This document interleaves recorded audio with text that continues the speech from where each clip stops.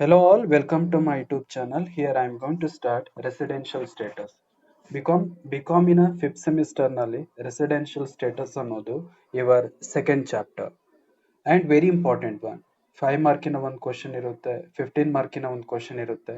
ಈ ಒಂದು last year case study ಕೂಡ ರೆಸಿಡೆನ್ಷಿಯಲ್ ಸ್ಟೇಟಸ್ ಮೇಲೆ ಇದೆ. ರೆಸಿಡೆನ್ಷಿಯಲ್ ಸ್ಟೇಟಸ್ ಅಂದ್ರೆ ಭಾರತೀಯ ನಿವಾಸಿ ಅಥವಾ ಭಾರತೀಯ ನಿವಾಸಿ ಆಗಿದ್ರೆ ಅಸಸಿ ಅಂದ್ರೆ those who are ready to pay, those who are able to pay tax, that person is called as a assessee. So assessee, if it is residential Indian resident, then tax treatment ಬೇರೆ ಇದೆ, income taxable treatment ಬೇರೆ ಇದೆ. If it is not residential in India, then income treatment ಬೇರೆ ಇದೆ under income tax. So residential status calculation here very important one. So this is your meaning of residential status. Residential status of an assessee means how many days he has stayed in India during the previous year. So that status calculation is called as a residential status. ಇಂಡಿಯಾದಲ್ಲಿ ಅವನು ಎಷ್ಟು ದಿನ ಇದ್ದ ನಮ್ಮ previous year. So ನಮ್ಮ previous year ಅಂದ್ರೆ 2020-21. So ಇಂಡಿಯಾದಲ್ಲಿ this year 2020-21 out of 12 months ಎಷ್ಟು ಮಂತ್ ಅಥವಾ ಎಷ್ಟು ನಂಬರ್ ಆಫ್ ಡೇಸ್ ಇಂಡಿಯಾದಲ್ಲಿ ಇದ್ದ ಅಂತ ಕ್ಯಾಲ್ಕುಲೇಟ್ ಮಾಡೋದನ್ನ ಅವನ ಸ್ಟೇಟಸ್ ಅನ್ನ ರೆಸಿಡೆನ್ಷಿಯಲ್ ಸ್ಟೇಟಸ್ ಅಂತ ಕರೀತಾರೆ. There are three types of residential status: ordinary resident in India, not ordinary resident in India, and non-resident in India. So status ಅಲ್ಲಿ there are three types. ಅವನು ಆರ್ಡಿನರಿ ರೆಸಿಡೆಂಟ್ ಇದ್ರೆ taxable treatment ಬೇರೆ ಇದೆ, not ordinary resident ಇದ್ರೆ taxable treatment ಬೇರೆ ಇದೆ, ನಾನ್ resident in India ಇದೆ taxable treatment ಬೇರೆ ಇದೆ. ಸೊ ಅದನ್ನ ಹೇಗ್ ಡಿಟರ್ಮೈನ್ ಮಾಡ್ತಾರೆ, ಒಂದ್ ಪರ್ಸನ್ ಅವನು ಆರ್ಡಿನರಿ ರೆಸಿಡೆಂಟೋ ನಾಟ್ ಆರ್ಡಿನರಿ ರೆಸಿಡೆಂಟೋ ಅಥವಾ ನಾನ್ ರೆಸಿಡೆಂಟೋ ಅಂತ ಹೇಗ್ ಟ್ರೀಟ್ಮೆಂಟ್ ಅಥವಾ ಹೇಗ್ ಕಂಡುಹಿಡಿತಾರೆ ಅಂದ್ರೆ for applying the basic as well as additional condition. Rule for determining residential status. So the basic conditions and additional conditions. Suppose assessee ordinary resident in India anta yaರಿಗೆ ಕರೀತಾರೆ ಅಂದ್ರೆ the person who satisfied any one of the basic condition and both the additional condition, that person is called as a ordinary resident in India. So ಒಂದು person ಅನ್ನ ordinary resident in India ಅನ್ಬೇಕು ಅಂದ್ರೆ ಅವನು basic condition, actually basic conditions ಎರಡಿರುತ್ತೆ, basic condition A, basic condition B. ಇದೆರಡರಲ್ಲಿ ಯಾವ್ದಾದ್ರು ಒಂದನ್ನು satisfied ಮಾಡಿ ಅಡಿಷನಲ್ ಕಂಡೀಷನ್ ಕೂಡ ದೇರ್ ಆರ್ ಟೂ, ಎರಡು ಅಡಿಷನಲ್ ಕಂಡೀಷನ್ಸ್ ಅನ್ನ ಸ್ಯಾಟಿಸ್ಫೈಡ್ ಮಾಡಿದ್ರೆ that kind of assessee is called as a ordinary resident in India. Okay. And not ordinary resident in India, meaning is very important one because 2 marks ಕೇಳ್ತಾರೆ. Ordinary resident in India, not ordinary resident in India and non-resident in India ಅಂದ್ರೆ ಯಾರು ಅಂತ 2 marks ಗೆ ಕೇಳ್ತಾರೆ. So this is the meaning of ordinary resident in India. Now the meaning of not ordinary resident in India. The person who satisfied any one of the basic condition and not satisfied both additional condition, that person is called as a not ordinary resident in India. ನಾ ಮೊದಲೇ ಹೇಳಿದೆ basic condition ಅಲ್ಲಿ ಎರಡಿದೆ, A and B. Additional condition ಅಲ್ಲೂ ಕೂಡ ಎರಡು condition, A and B. ಎರಡರಲ್ಲಿ basic condition ಅಲ್ಲಿ ಎರಡರಲ್ಲಿ ಯಾವ್ದಾದ್ರು ಒಂದ್ ಸ್ಯಾಟಿಸ್ಫೈಡ್ ಮಾಡಿ, ಅಡಿಷನಲ್ ಕಂಡೀಷನ್ ಅಲ್ಲಿ ಯಾವ್ದಾದ್ರು ಒಂದ್ ಸ್ಯಾಟಿಸ್ಫೈಡ್ ಮಾಡಿ ಇನ್ನೊಂದು ಸ್ಯಾಟಿಸ್ಫೈಡ್ ಮಾಡಿಲ್ಲ ಅಂದ್ರೂ ಕೂಡ ಅವನ status not ordinary resident in India ಆಗುತ್ತೆ. ಅವನು ಎರಡು ಅಡಿಷನಲ್ ಕಂಡೀಷನ್ ಅಲ್ಲಿ ಎರಡು ಕಂಡೀಷನ್ಸ್ ಅನ್ನ ಸ್ಯಾಟಿಸ್ಫೈಡ್ ಮಾಡಿದ್ರೆ ಮಾತ್ರ he's status is ordinary resident in India. Got it? So basic condition ಯಾವ್ದಾದ್ರು ಒಂದ್ ಸ್ಯಾಟಿಸ್ಫೈಡ್ ಮಾಡಿ, ಎರಡರಲ್ಲಿ ಅಡಿಷನಲ್ ಕಂಡೀಷನ್ ಅಲ್ಲಿ ಒಂದ್ ಸ್ಯಾಟಿಸ್ಫೈಡ್ ಮಾಡಿ ಇನ್ನೊಂದು ಸ್ಯಾಟಿಸ್ಫೈಡ್ ಮಾಡಿಲ್ಲ ಅಂದ್ರೆ then that kind of assessee status is not ordinary resident in India. Then third category of assessee, non-resident in India. Suppose assessee basic conditions ಅನ್ನ ಅಡಿಷನಲ್ ಕಂಡೀಷನ್ಸ್ ಇರ್ಬೋದು ಯಾವುದೇ ಕಂಡೀಷನ್ಸ್ ಅನ್ನ ಸ್ಯಾಟಿಸ್ಫೈಡ್ ಮಾಡಿಲ್ಲ ಅಂದ್ರೆ ಅಂತ ಅಸಸಿನ ನಾನ್ ರೆಸಿಡೆಂಟ್ ಇನ್ ಇಂಡಿಯಾ ಕೆಟಗರಿಯಲ್ಲಿ ಸೇರಿಸ್ತಾರೆ. ನಾನ್ resident in India, the person who does not satisfy any condition, that person status is called as a non resident in India. ಹಾಗಿದ್ರೆ sir ಇದು ಬೇಸಿಕ್ ಕಂಡೀಷನ್ಸ್ ಯಾವುದು, ಎಡಿಷನಲ್ ಕಂಡೀಷನ್ಸ್ ಯಾವುದು ಅನ್ನೋದನ್ನ clear ಆಗಿ explain ಮಾಡಬೇಕು ಅಂದ್ರೆ let it now.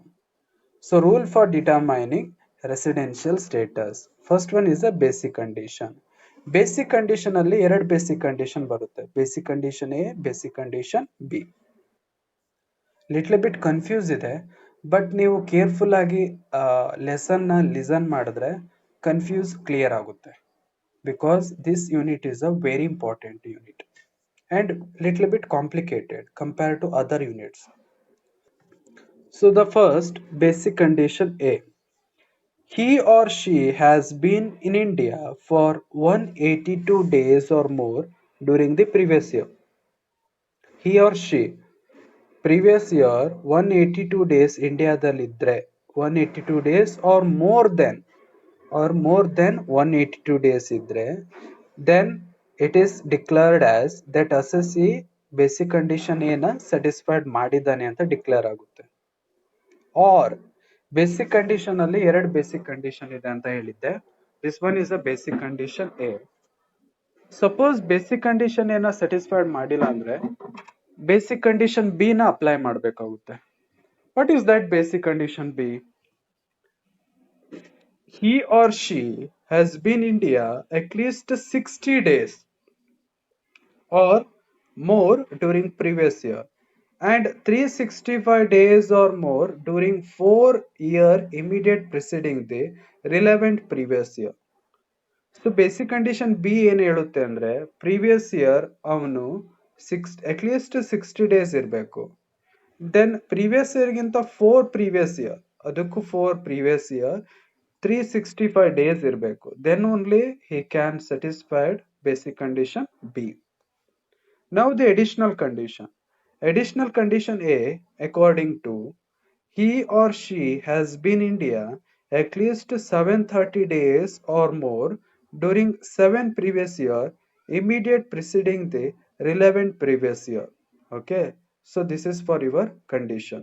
ಈಗ ನಿಮಗೆ ಲಿಟ್ಲ್ ಬಿಟ್ ಕನ್ಫ್ಯೂಸ್ ಅಂದ್ರೂ ಕೂಡ ಪ್ರಾಕ್ಟಿಕಲ್ ಎಕ್ಸಾಂಪಲ್ನ ಸೊಲ್ಯೂಷನ್ ಮಾಡೋ ಟೈಮಲ್ಲಿ ಈ ಬೇಸಿಕ್ ಕಂಡೀಷನ್ ಅಂಡ್ ಅಡಿಷನಲ್ ಕಂಡೀಷನ್ಸ್ಗಳು ಕ್ಲಿಯರ್ ಆಗುತ್ತೆ. ಬೇಸಿಕ್ ಕಂಡೀಷನ್ ಎ ಸ್ಯಾಟಿಸ್ಫೈಡ್ ಮಾಡಾದ್ಮೇಲೆ ಬೇಸಿಕ್ ಕಂಡೀಷನ್ ಬಿ ಕೂಡ ಸ್ಯಾಟಿಸ್ಫೈ ಮಾಡಬೇಕು. ಎರಡೂ ಸ್ಯಾಟಿಸ್ಫೈಡ್ ಮಾಡಿದ್ರೆ ಮಾತ್ರ ಅವನ status ordinary resident in India ಆಗುತ್ತೆ. ಇಲ್ಲ ಅಂದ್ರೆ not ordinary or non resident in India ಆ ಕೆಟಗರಿಯಲ್ಲಿ ಬರ್ತಾನೆ. So according to basic condition B, he or she has been resident in India for at least 2 previous year out of 10 previous year immediate preceding relevant previous year. So this is your additional condition B. Okay, so basic condition ಎರಡಿದಾವೆ, additional conditions ಎರಡಿದಾವೆ. Suppose person basic condition ಎರಡರಲ್ಲಿ ಯಾವ್ದಾದ್ರು ಒಂದು conditions ಅನ್ನ satisfied ಮಾಡಿ ಎರಡು additional conditions ಅನ್ನ satisfy ಮಾಡಿದ್ರೆ ಅವನ status ordinary resident in India ಆಗುತ್ತೆ. ಸಪೋಸ್ ಪರ್ಸನ್ ಎರಡು ಕಂಡೀಷನ್ ಬೇಸಿಕ್ ಕಂಡೀಷನ್ ಅಲ್ಲಿ ಒಂದ್ ಸ್ಯಾಟಿಸ್ಫೈ ಮಾಡಿ ಎಡಿಷನಲ್ ಕಂಡೀಷನ್ ಯಾವ್ದಾದ್ರು ಒಂದ್ ಸ್ಯಾಟಿಸ್ಫೈ ಮಾಡಿಲ್ಲ ಅಂದ್ರೂ ಕೂಡ ಅವನ status not ordinary resident in India ಆಗುತ್ತೆ. ಸಪೋಸ್ ಪರ್ಸನ್ ಯಾವುದೇ ಕಂಡೀಷನ್ಸ್ ನ ಸ್ಯಾಟಿಸ್ಫೈ ಮಾಡಿಲ್ಲ ಅಂದ್ರೆ ಅವನ condition non resident in India ಆಗ್ತದೆ. Got it? ಲಿಸನ್ ಹಿಯರ್, ಈ ಚಾರ್ಟ್ ಅನ್ನು ನೋಡಿದ್ರೆ ಈಸಿಲಿ ಅರ್ಥ ಆಗುತ್ತೆ. Kinds of residential status: ordinary resident in India, not ordinary resident in India and last one is a non resident in India. ಅವ್ನು ಯಾವ status ಅಲ್ಲಿ ಒಳಗ್ ಬರ್ತಾನೆ ಅಂತ ಹೇಳಿ ಎರಡು ಕಂಡೀಷನ್ಸ್ ಅನ್ನ ಅಪ್ಲೈ ಮಾಡ್ತಾರೆ, basic conditions and additional condition. Basic condition ಅಲ್ಲಿ ಎರಡು or, A or B. Additional conditions ಅಲ್ಲ ಎರಡು, ಎ ಅಂಡ್ ಬಿ. ಸಪೋಸ್ ಅವನು ಆರ್ಡಿನರಿ ರೆಸಿಡೆಂಟ್ ಇನ್ ಇಂಡಿಯಾ ಆಗ್ಬೇಕಾದ್ರೆ basic condition A or B ಎರಡರಲ್ಲಿ ಒಂದು ಸ್ಯಾಟಿಸ್ಫೈ ಆಗ್ಬೇಕು ಅಂಡ್ ಎರಡು ಅಡಿಷನಲ್ ಕಂಡೀಷನ್ಸ್ ಅನ್ನ ಸ್ಯಾಟಿಸ್ಫೈ ಮಾಡಬೇಕು. ಅದರ್ವೈಸ್ ಹೀಗೂ ತಿಳ್ಕೊಳ್ಳಿ, ಎಲ್ಲಾ ಕಂಡೀಷನ್ಸ್ ಅನ್ನ ಸ್ಯಾಟಿಸ್ಫೈ ಮಾಡಿದ್ರೆ ಅವನ status ordinary resident in India ಆಗುತ್ತೆ. ಸಪೋಸ್ ಬೇಸಿಕ್ ಕಂಡೀಷನ್ ಅಲ್ಲಿ ಯಾವ್ದಾದ್ರು ಒಂದ್ ಸ್ಯಾಟಿಸ್ಫೈಡ್ ಮಾಡಿ, ಅಡಿಷನಲ್ ಕಂಡೀಷನ್ ಅಲ್ಲಿ ಯಾವ್ದಾದ್ರು ಒಂದು ಸ್ಯಾಟಿಸ್ಫೈ ಮಾಡಿಲ್ಲ, ಎರಡರಲ್ಲಿ ಎರಡು ಸ್ಯಾಟಿಸ್ಫೈ ಮಾಡಿಲ್ಲ, ಅಥವಾ ಒಂದ್ ಸ್ಯಾಟಿಸ್ಫೈ ಮಾಡಿದಾನೆ ಇನ್ನೊಂದ್ ಸ್ಯಾಟಿಸ್ಫೈ ಮಾಡಿಲ್ಲ, ಈಗಿದ್ರು ಕೂಡ ಅವನ status not ordinary resident in India ಆಗುತ್ತೆ. ದೆನ್ ಯಾವುದೇ ಕಂಡೀಷನ್ಸ್ ಅನ್ನ ಸ್ಯಾಟಿಸ್ಫೈ ಮಾಡಿಲ್ಲ ಅಂದ್ರೆ ಆಬ್ವಿಯಸ್ಲಿ ಅವನ status non resident in India ಆಗುತ್ತೆ. So this chart shows kinds of residential status. I hope you clear it is. Then exemptions regarding basic conditions B. Basic condition A and B ಇದೆಯಲ್ಲ, basic condition B ಕೆಲವೊಂದಕ್ಕೆ exemption ಇದೆ, ಅಂದ್ರೆ applicable ಆಗಲ್ಲ. ಯಾವ್ದು applicable ಆಗಲ್ಲ ಅದನ್ನ exemption ಅಂತ ಕರೀತಾರೆ. ಕೆಲವೊಂದು ಕೇಸಸ್ಸಿಗೆ basic condition B not applicable. Case 1. In case Indian citizen who leave India during previous year for the purpose of employment. Suppose ಅವನು ಎಂಪ್ಲಾಯ್ಮೆಂಟ್ ಪರ್ಪಸ್ಗೋಸ್ಕರ ಇಂಡಿಯಾ ಬಿಟ್ಟಿದ್ರೆ ಅವನಿಗೆ ಬೇಸಿಕ್ ಕಂಡೀಷನ್ ಬಿ ಅಪ್ಲಿಕೇಬಲ್ ಆಗಲ್ಲ. ಅವನಿಗೆ ಅಪ್ಲಿಕೇಬಲ್ ಆಗೋದು ಒಂದೇ, basic condition A only. So if he leave India for the purpose of employment. Case 2. As a crew member of the Indian army ship. Indian army ship member ಆಗಿದ್ರೆ then also be, if it is leave India then also be, basic condition B is not applicable. Case 3. In case of an Indian citizen of Indian origin who comes for a visit to India during previous year. ಅವನು India citizen originally Indian ಆಗಿತ್ತು, but ಇಂಡಿಯಾಕ್ಕೆ previous year visiting ಪರ್ಪಸ್ಗೆ ಬಂದಿದ್ರೆ then also B basic condition B practically not applicable. So these all case under basic condition B practically not applicable. Got it? Now number of days calculation here very important one, because 182 days idana nodbeku, 60 days, 365 days, so higella ideyalla. So number of days calculation, how to calculate number of days ಅನ್ನೋದು very important one. So calculation of number of days. Date of living and arriving in India. So assessee ಇಂಡಿಯಾನ ಬಿಟ್ಟಿರೋ date ಕೂಡ consider ಆಗುತ್ತೆ. Both are include or both are consider. Arrive ಆಗಿದ್ದು ಬೇರೆ ದೇಶದಿಂದ ಇಂಡಿಯಾಗೆ ಬಂದಿರೋ ಡೇಟ್ ಕೂಡ ಕನ್ಸಿಡರ್ ಆಗುತ್ತೆ. Date starts from midnight 12 AM onwards. Date they are going to considered as a one day. Okay. Then Sunday and holiday are also be consider. Sunday ಹೋಗಿದ್ದಾನೆ, Sunday ಬಿಡಬೇಕು, number of days ಅಲ್ಲಿ calculate ಮಾಡಬಾರ್ದು. ಅಥವಾ ದೀಪಾವಳಿ ದಿನ ಹೋಗಿದ್ದಾನೆ, holidays ದಿನ India ಬಿಟ್ಟಿದ್ದಾನೆ, ಅದನ್ನ ಕ್ಯಾಲ್ಕುಲೇಟ್ ಮಾಡಬಾರ್ದು. ಹೀಗೆಲ್ಲ ರೂಲ್ಸ್ ಇಲ್ಲ.